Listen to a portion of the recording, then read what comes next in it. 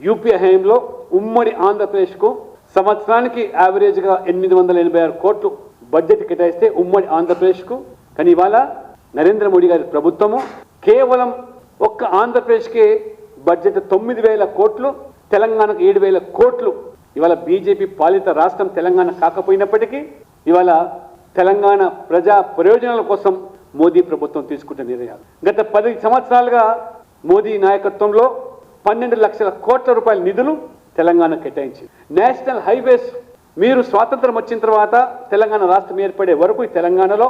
రమారమి 2,500 కిలోమీటర్లు మీరు నేషనల్ హైవేస్ రోడ్లు నిర్మాణం చేస్తే ఇవాళ మోదీ గారి ప్రభుత్వం 10 సంవత్సరాల కాలంలోనే 2,500 కిలోమీటర్లు అదనంగా ఇప్పుడు 5,000 కిలోమీటర్ల హైవేస్ ఇవాళ తెలంగాణ కొనసాగుతున్నాయంటే ఇది నరేంద్ర మోడీ గారు మరి కేంద్ర ప్రభుత్వం ఇచ్చిన నిధులు 1,10,000 కోట్ల రూపాయలు కేవలం నేషనల్ హైవేస్ కోసం. ఈ రకంగా చెప్పుకుంటూ పోయినట్టయితే మొన్నటికి మొన్న బడ్జెట్లో ఈ హైదరాబాద్ కేంద్రంగా high speed rails Hyderabad to Pune, Hyderabad to Chennai, Hyderabad to Bengaluru, Hyderabad కేంద్రంగా 3 హై స్పీడ్ రైల్వేస్ మనకిచ్చారంటే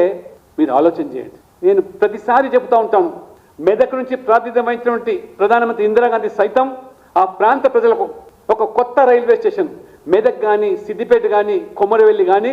ఇవ్వలేని దుస్థితి ఆ ప్రాంతం నుంచి ఎంపీగా గెలిచి ప్రధానమంత్రి అయినప్పటికీ ఇవ్వలేనిది ఇవాళ నరేంద్ర మోడీ గారు వచ్చిన తర్వాత ఇవాళ రాష్ట్రంలో మా ప్రభుత్వం లేకపోయినప్పటికీ కూడా ఆ ప్రాంత ప్రజల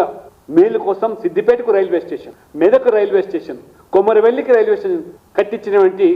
ఆ ఘనత ఖ్యాతి ఇవాళ నరేంద్ర మోడీ గారికి.